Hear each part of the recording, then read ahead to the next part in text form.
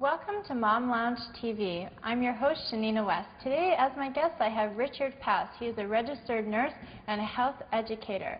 He's been practicing basic and advanced CPR for almost 20 years.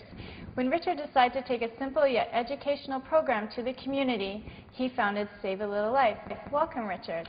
Thanks for having me. Oh, thank you for coming. Our next thing that we are going to approach is what to do in the case of a choking victim where both the infant or the toddler or young child obviously has an obstructive airway, and what to do in that circumstance. Absolutely. Again, this is one of the areas that is so of such great concern to parents, and it's important to now alleviate your fears. We can't live in fear about babies and children choking. We do, however, need to be ready in the event that something unusual happens. Keep in mind that the conscious victim who has a full airway obstruction will generally not be making any sound at all. Generally, the skin color changes, bluish-gray or something along those lines. And there's often, at least initially, a lot of panicky movements. The appearance of the face and eyes is someone who can communicate the critical nature of this without having to say anything. Now, let me just preface what I'm going to show you by reminding you that there are a couple of things that we prefer you not to do to a baby or a child, because they, in fact, increase the risk for further problems. If you suspect something in the throat or in the mouth and you want to check it out, rather than just put your fingers in, it's strongly advised that you pull the jaw open and take a good look. You need to visualize the mouth and the back of the throat in case there's something you can, in fact, get. If you're going to go into someone's mouth, that's certainly after you've taken a look. If you see something you think you can get, the recommendation is to go in against the cheek or inside the cheek. So as you're advancing back, you're also pushing in. So you're hopefully going to come around the object, either pop it out, or if your fingers are small enough, you might be able to get a second finger in and grab it. But you need to visualize the item first before you go in. Okay? So the first thing to avoid is going in without looking. The other thing that we want you to avoid, the other no-no, if you will, is to avoid striking victims on the back when they're either upright, seated, or standing. This is not a safe thing to do. It can cause certain objects to actually move down, and that is not something we want to do. In the case of someone like this, we do use what we call back blows and chest thrusts, but we do it with the baby, in this case, in a gravity-friendly position. And the position that I like is to have the baby sitting up, form kind of a horseshoe-like U-shaped grasp or clasping of the jaw, grab their torso from the back. Here, the baby is in a gravity-friendly position, body pointed down, but I've got control here.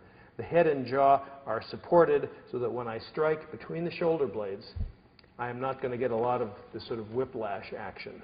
So we strike up to 5 times, sharp little blows, 1, 2, 3, 4, 5. If the object does not come out and there's still evidence that the baby is obstructed, I'm just going to grab the baby's head from the back, turn it over, just very simply. I'm going to go directly to the CPR location and do chest presses, chest thrusts, up to 5 of those. 1, 2, 3, 4, 5. Then I'm going to quickly check the mouth to see whether any of these things I've just done has made a difference. So we're basically attacking whatever object is back there from both sides. We're striking up to 5 times this way, pushing up to 5 times this way, checking the mouth, and we'll just go back and forth between those two maneuvers until this item either comes out or, hopefully not, the baby passes out. The recommendation for the back blows and chest thrusts is for the conscious infant. Okay, for the conscious infant.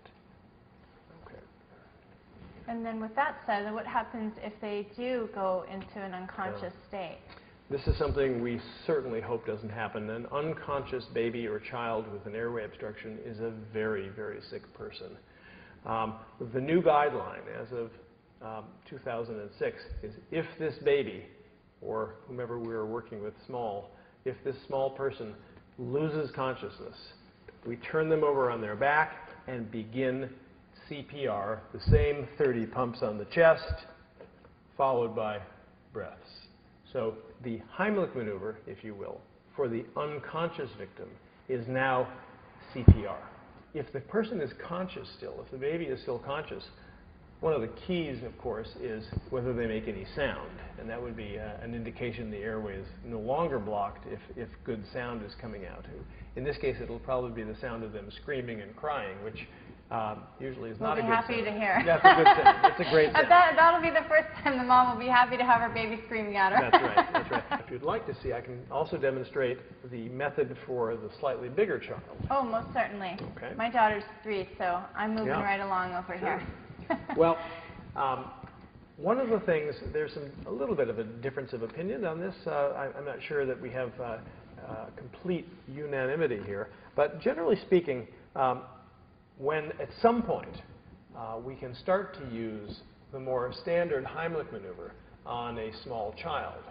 That's not to say that if you came across someone who was 14 or 15 months and you weren't sure, for example, and you saw them in an airway emergency, that you couldn't turn them over.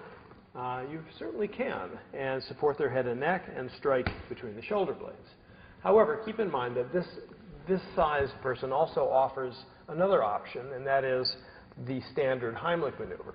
So if you locate the landmarks on someone like this, the belly button on the low end, the bottom of the breastbone on the high end, you've got this space here. Right between those two is the breathing muscle, or the diaphragm. If you can find it on yourself, between the belly button and the bottom of the breastbone. And if you cough while pushing on that spot, you'll feel it bulge out. Well, this actually sits just below the lungs.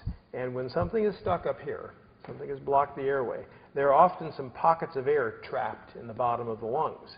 So the Heimlich maneuver is simply a matter of putting your part of your hand or your fist, depending on the size of the person, on that spot, on that diaphragm, and driving it up, I would say, sort of moderately, kind of like this. Just kind of shove it up a little bit, give it a little stroke upward and inward, and that creates what is essentially an artificial cough.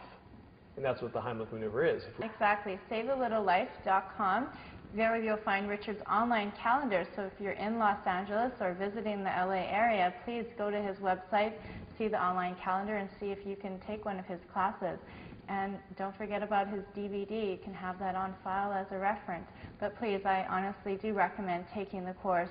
And if you cannot access Richard, research your neighborhood or your community and find out if there's a place where you can take a CPR. The life-saving course that, of course, can save your own children and someone else's. Absolutely. Thank you, Richard, for joining me this evening. Thank you very much. My pleasure. Yes. Most certainly. Well, thank you for watching Mom Lounge TV. I hope that you found this as educational as I have. Have a good day.